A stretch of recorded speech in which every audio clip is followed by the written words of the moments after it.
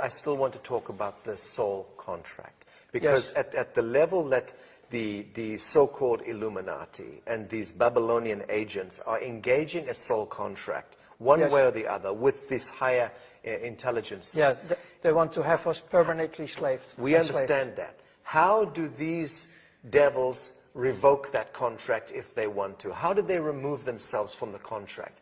Is it possible for them to remove themselves? Times are changing. The world is changing. Many of these figures in this echelon are going to be seeing that they are on the wrong side of history. And they are going to want to transition. Is there any chance for them to do so? Yes. How? By the free will. The free will and making contact with the people who are already in the light manifestation. Okay. Because the group is growing. Yes. You are one of them. Yes. You are connected with many other people. I'm connected with many other people. But the game is over. You mentioned that when you were involved with this Illuminati echelon, you mentioned that you had no empathy. That you were calculating and cold, and you had the capacity to make decisions here and boom, no heart connection. Yes, correct? We even laugh about terrible things. What was the transition that happened to you? When? On what day? What occurred to you to bring you out of this? It was the day I died. You witnessed something. I have seen myself. And I didn't believe it. It was the day I started to be aware that I'm much more than just a slave serving an evil system. Bravo. There must have been an event, Ronald, that happened. What happened on that day? What triggered this? When you're out of your body, you don't want to come back, actually. Because you start to experience a completely different life, a different world. It looks like, I have seen parts of the new world, the world we are talking about, in the other dimensions. And they can look like this, but the grass of the green is different. If you look at grass, it's just an example. You can look through the grass, and it's still, it's real grass. But you can look through it. I tried to describe it, but it's so bright. The colors are so bright. You can even feel colors. Everything is so intense. It's a completely different world. What brought about that metaphysical, spiritual experience of this death, this transition? What was it that triggered that? My heart stopped beating. Literally? Yes. I was completely out. You were at home? Where did this happen?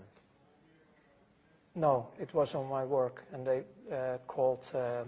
medical service? Yeah, urgent... Ambulance? Ambulance.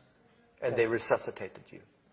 The only moment I remember, besides seeing how they were doing all the work on my body, the real wake-up, coming back in consciousness, was a crying mother. She was the first one I saw back, So in a sense, you traveled back in the realm of the archetypes and you saw many things, but this was the one that made the impression on you, the crying mother. And this is connected directly to the sacrifice of innocence. Exactly. Right. This is beautiful. Yeah. But later, because I needed to recover in my body, especially my body, even the bones of my back, they have to repair a lot of things in me. But during this recovery time, I was also in a private clinic in Luxembourg. My image about myself, I was so rotten. I have such a negative image about myself. In the clinic, I tried to destroy myself as well. Okay. It was not happening. I was swallowing a lot of pills to sleep and go away. Understand. But they took me. They took all the pills out of my body. And then there was a little boy who was also damaged in this clinic. And he came to me with a little Bible for children, and I can't remember the words he was saying, but it was touching my heart completely. The words he was saying out of this Bible for children.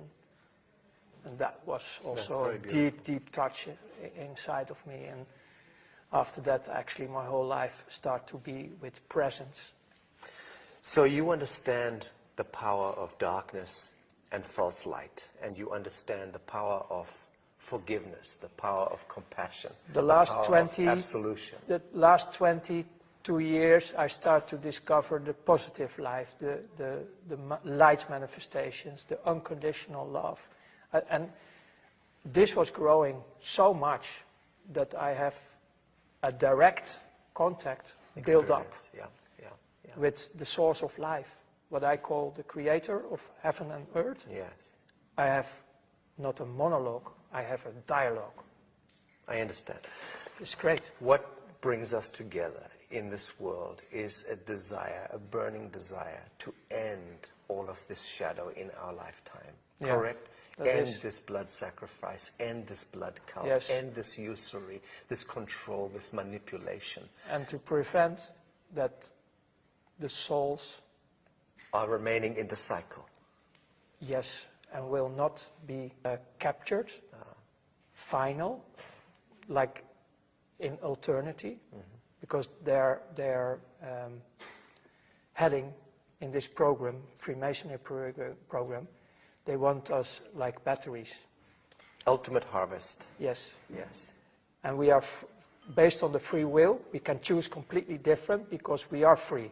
We are 100% free. Yes. So we have to restore our position, also on earth, Yes. on who we are Yes. as human beings. Yes. Because we are very, very powerful. Redemption, salvation, absolution.